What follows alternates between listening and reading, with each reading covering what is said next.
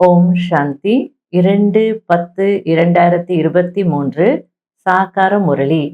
இன்று சிவ பகவான் கூறுகிறார், இனிமையான குழந்தைகளே, புதிய உலகத்திற்காக தந்தை உங்களுக்கு அனைத்து புதிய விஷயங்களை கூறுகிறார், புதிய வழிகளை கொடுக்கிறார். எனவேதான் அவருடைய வழிமுறையும் அறிவுரையும் தனிப்பட்டது என்று பாடப்படுகிறது. கேள்வி: இரக்க மனமுள்ள தந்தை அனைத்து குழந்தைகளுக்கும் எந்த விஷயத்தில் எச்சரிக்கை கொடுத்து அதிர்ஷ்டத்தை உருவாக்குகிறார்? பதில்: பாபா கூறுகிறார், குழந்தைகளே, உயர்ந்த அதிர்ஷ்டத்தை உருவாக்கி கொள்ள வேண்டும் என்றால் சேவை செய்யுங்கள். ஒருவேளை சாப்பிட்டீர்கள், தூங்கினீர்கள், சேவை செய்யவில்லை என்றால் உயர்ந்த அதிர்ஷ்டத்தை உருவாக்கி கொள்ள முடியாது. சேவை செய்யாமல் உண்பது கெட்ட பழக்கம். எனவே பாபா அனைத்தும் படிப்பின் ஆதாரத்தில் இருக்கிறது. பிராமணர்களாகிய நீங்கள் படிக்க வேண்டும் மற்றும் படிப்பிக்க வேண்டும், உண்மையான கீதையை சொல்ல வேண்டும் என்று எச்சரிக்கை கொடுக்கிறார். தந்தைக்கு இரக்கம் ஏற்படுகிறது. ஆகையால் ஒவ்வொரு விஷயத்தை பற்றிய விழிப்புணர்வை கொடுத்து கொண்டே இருக்கிறார். முரளியின் பாடல்: நீயும் நானும் சந்தித்த நாளில் இருந்து. ஓம் சாந்தி. ஆன்மீக தந்தை புரிய வைக்கிறார், குழந்தைகளுக்கு எல்லையற்ற தந்தை கிடைத்திருக்கிறார். எனவே அனைத்தும் புதிய விஷயங்களை கூறுகிறார். ஏனென்றால் இந்த தந்தை புதிய உலகத்தை ஸ்தாபனை செய்யக்கூடியவர். மனிதர்கள் இப்படிப்பட்ட புதிய விஷயங்களை கூற முடியாது. இவரைதான் ஹெவன்லி காட் ஃபாதர், அதாவது சொர்க்கத்தை படைக்கக்கூடிய இறை தந்தை என்று சொல்கிறார்கள். இந்த எல்லையற்ற தந்தை சொர்க்கத்தை ஸ்தாபனை செய்யக்கூடியவர். நரகத்தை ஸ்தாபனை செய்பவன் ராவணன். 5 விகாரங்கள் பெண்களுடையது, 5 விகாரங்கள் ஆண்களுடையது. எனவே அவர்கள் ராவண சம்பிரதாயத்தினர். ஆக புதிய விஷயத்தை கூறினேன் அல்லவா? அதாவது அந்த பாட்டில் என்ன வரும்னா, எந்த நாளில் நீயும் நானும் சந்தித்தோமோ அன்றிலிருந்து எல்லாமே புதியது, பகலும் புதியது, இரவும் புதியது அப்படின்னு பாடுறாங்க. அதுக்கு பாபா சொல்லிட்டு இருக்கிறார், குழந்தைகள் எப்போ எல்லையற்ற தந்தையை சந்திச்சிங்களோ அப்போ அவர் எல்லாமே உங்களுக்கு புதிய விஷயங்களை சொல்றார். ஏன் அப்படின்னா அவர் சொர்க்கத்தை ஸ்தாபனை செய்யக்கூடிய தந்தை. இப்போ ராவணன் பற்றியும் நமக்கு புதிய விஷயங்கள் பாபா சொல்றார். ராவணன் அப்படின்னா 5 விகாரங்கள் பெண்களுடையது, 5 விகாரங்கள் ஆண்களுடையது. இது முந்தி தெரியாமல் இருந்தது இல்லையா? ஆகையால் புதிய விஷயத்தை சொன்னேன் இல்லையா அப்படின்றார். சொர்க்கத்தை உருவாக்கக்கூடியவர் பரம்பிதா பரமாத்மா. அவரை ராமர் என்று சொல்கிறார்கள். நரகத்தை உருவாக்கக்கூடியவன் ராவணன். ஒவ்வொரு வருடமும் அவனுடைய கொடும்பாவியை உருவாக்கி இருக்கிறார்கள். எப்படி நிராகார சிவபாபாவுக்கு எந்த தோற்றமும் இல்லையோ அதேபோல் ராவணனுக்கும் எந்த தோற்றமும் இல்லை. ராவணன் என்றால் விகாரங்கள். நீங்கள் சொர்க்கத்திற்கு வருகிறீர்களா? வைகுண்டத்தின் மகாராணி மகாராஜாவாக, உலகத்தின் எஜமானராக ஆவீர்களா என்று பாபா கேட்கிறார். எவ்வளோ அழகா பாபா கேட்டுட்டு இருக்கிறார் பாருங்க. சொர்க்கத்துக்கு வரீங்களா? வைகுண்டத்தினுடைய மகாராணி மகாராஜாவாக, உலகத்தின் எஜமானராக ஆகிறீங்களா? இவை எதுவும் வேத சாஸ்திரங்களின் விஷயங்கள் அல்ல. ராம ராம என்று சொல்லுங்கள். வாசல் வாசலாக அலைந்து ஏமாற்றம் அடையுங்கள். கோவில்கள், தீர்த்தங்கள் போன்ற இடங்களுக்கு செல்லுங்கள். அல்லது அமர்ந்து கீதை, பாகவதம் ஆகியவைகளை படியுங்கள் என்றெல்லாம் தந்தை கூறுவதில்லை. நீங்கள் எவ்வளவுதான் வேத சாஸ்திரங்கள் படித்தாலும், யாகம், ஜபம், தான புண்ணியங்களை செய்தாலும் அவை அனைத்தும் ஏமாற்றத்தை தான் கொடுக்கும். அவைகளின் மூலம் எந்த பிராப்தியும் இல்லை. பக்தி மார்க்கத்தில் எந்த குறிக்கோளும் இல்லை. ஆனால் நான் உங்களை சொர்க்கத்தின் எஜமானர்களாக ஆக்குவதற்காக வந்திருக்கிறேன். ஆக இப்போது தந்தை கேட்கிறார், முக்தி தாமத்திற்கு திரும்பி செல்லலாமா? அங்கே நீங்கள் அமைதியில் இருப்பீர்கள். சொல்லுங்கள், நீங்கள் எப்படி திரும்பி செல்ல முடியும்? தந்தையாகிய என்னையும் உங்களுடைய இனிமையான வீட்டையும் நினைவு செய்யுங்கள். தேகத்தின் அனைத்து தர்மங்களையும் விட்டுவிடுங்கள். தன்னை ஆத்மா என்று புரிந்து கொண்டு என்னை நினைவு செய்யுங்கள். செய்ய வேண்டிய உழைப்பு இவ்வளவுதான்.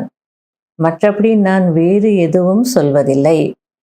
இதை நிராகார பரமாத்மா தான் கூறுகிறார். நிராகார ஆத்மாக்களுடன் பேசுகிறார். ஆத்மாதான் கேட்கிறது. மற்றபடி இந்த சரீரம் கர்மேந்திரியங்கள் ஆகும். இப்போது நீங்கள் அந்த லௌகீக தாய் தந்தையரின் நினைவை விட்டுவிட்டு பாரலௌகீக தாய் தந்தையை நினைவு செய்யுங்கள். ஹே குழந்தைகளே, இப்போது விஷத்தின் கொடுக்கல் வாங்கலை விட்டுவிடுங்கள் என்று தந்தை கூறுகிறார். பாபாவிடம் யாராவது பாபா நான் என்னவாக ஆக தகுதியுடையவன் என்று கேட்டால் பாபா உடனே கூறிவிடுவார்.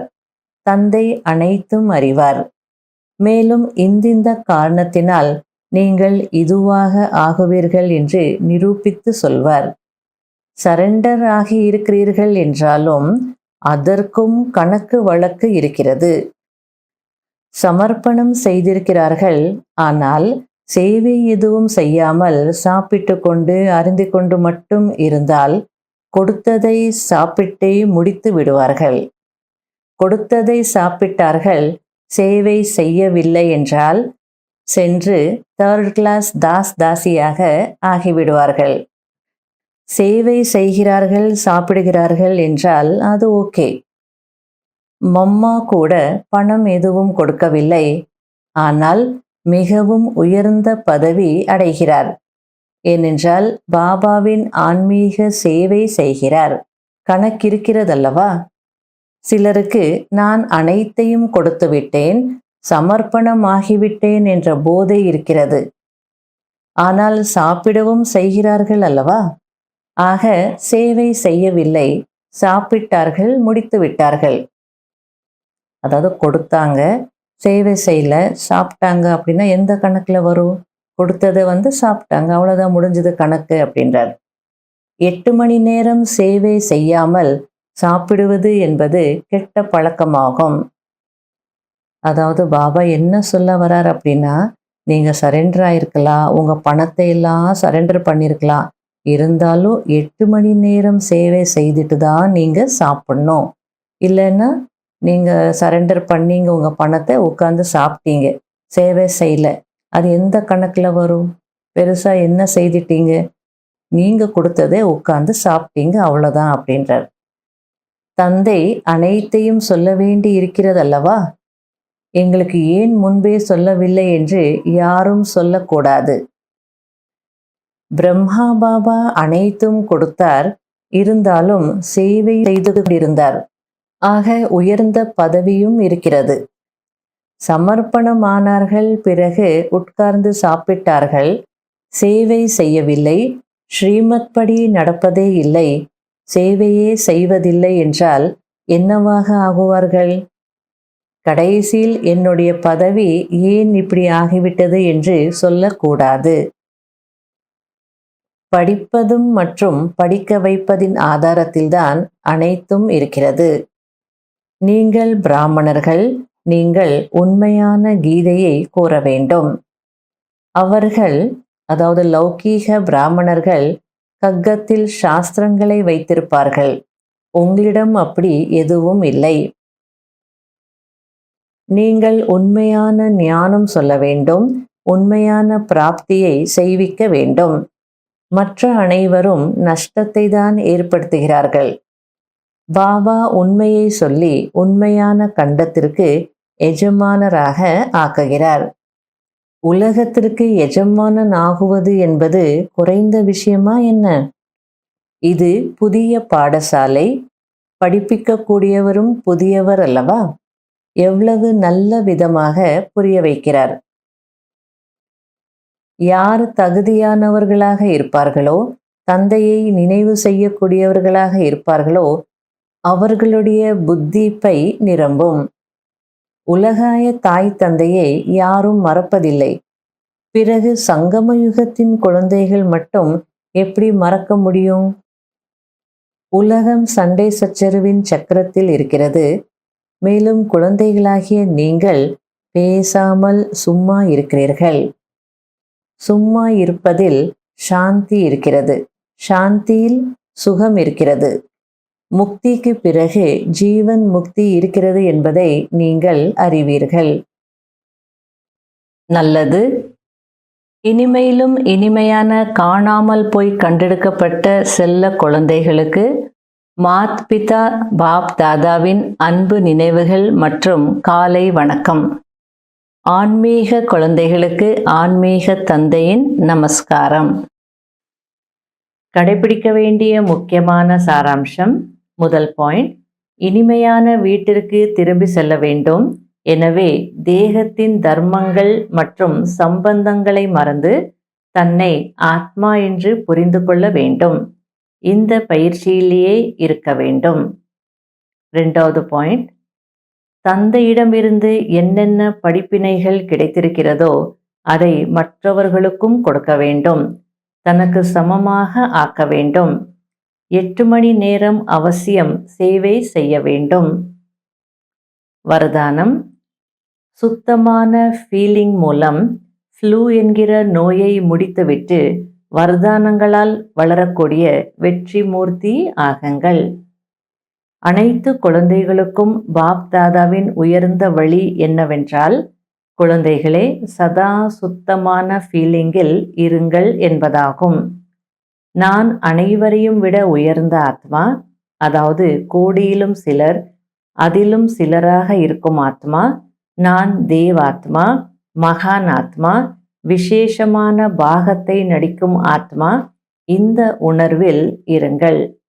அப்போது வீணான உணர்வுகளின் ஃப்ளூ காய்ச்சல் வர முடியாது.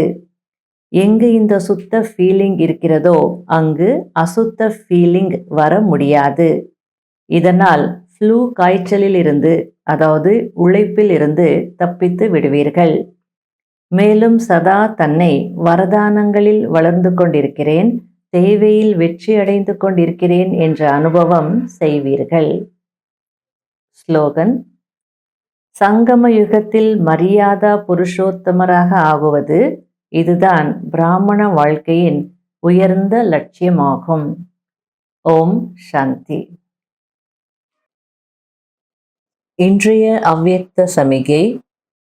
எந்தவிதமான கவனக்குறைவு இருந்தாலும் அது பொக்கிஷங்களை வீணாக்கி விடுகிறது. எனவே வீணாக்க கூடாது, ஒன்றை 10ஆக்க வேண்டும். இதற்குதான் பாப் தாதா குறைந்த செலவில் அதிக லாபம் என்று சொல்கிறார். இது அதிகரிப்பது, அது இழப்பது.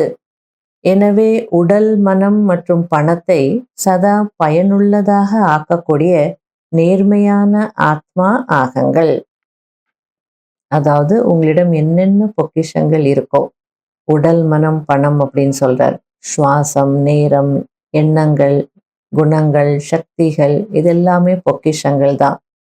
கவனக்குறைவாக இருந்தீங்கன்னா அந்த பொக்கிஷங்கள் எல்லாம் வேஸ்ட் ஆயிடும்.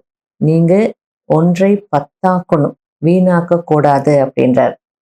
அப்படின்னா செலவு குறைவாக இருக்கணும், லாபம் அதிகமாக இருக்கணும். சேவை செய்கிறோன்னா கூட நிறைய செலவு பண்ணக்கூடாது, கொஞ்சம் செலவு செய்யணும். அதில் ரிசல்ட் ரொம்ப நல்லா வரணும். அதுக்கு தான் பேர் அதிகரிப்பது. கவனக்குறைவாக இருந்தீங்கன்னா வேஸ்ட் பண்ணுறது. ஆகையால பாபா நமக்கு எல்லாத்தையும் கொடுத்துருக்கிறார் அப்படின்னா அதை நேர்மையாக யூஸ் பண்ணணும், சதா பயனுள்ளதாக ஆக்கணும் அப்படின்றார். ஓம் சாந்தி.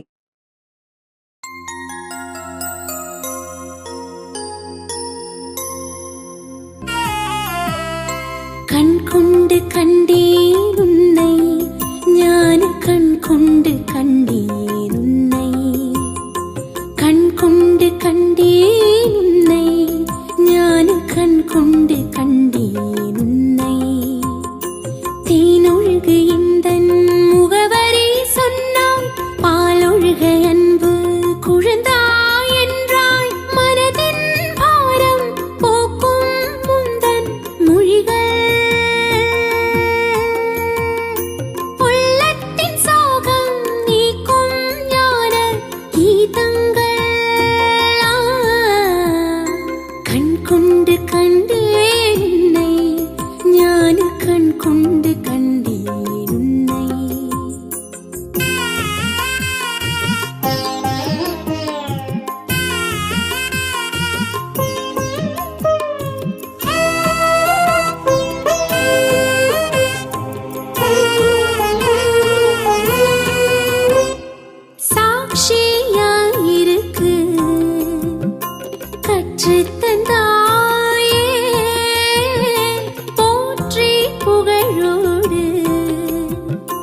வாழும் நிலை தந்தா சூட்சும உலகமே நம் இல்லம் என்றாயே காத்தும் கிடக்கிறாய் எனக்காக நீ நீ நீ காத்தும் கிடக்கிறாய் எனக்காக அங்கே நான் வரும் வரை கண் கொண்டு கண்டேன் உன்னை ஞான கண் கொண்டு கண்டேன் உன்னை கண் கொண்டு கண்டேன் உன்னை ஞான கண் கொண்டு கண்டேன் உன்னை தேனொழுக இந்தன் முகவரே சொன்னாய் பாலொழுக அன்பு குழந்தாய் என்றாய் மனதின் பாரம் போக்கும் முந்தன் மொழிகள் உள்ளத்தின் சோகம் நீக்கும் ஞான கீதங்கள் கண் கொண்டு கண்டேன் உன்னை ஞான கண் கொண்டு கண்டேன் உன்னை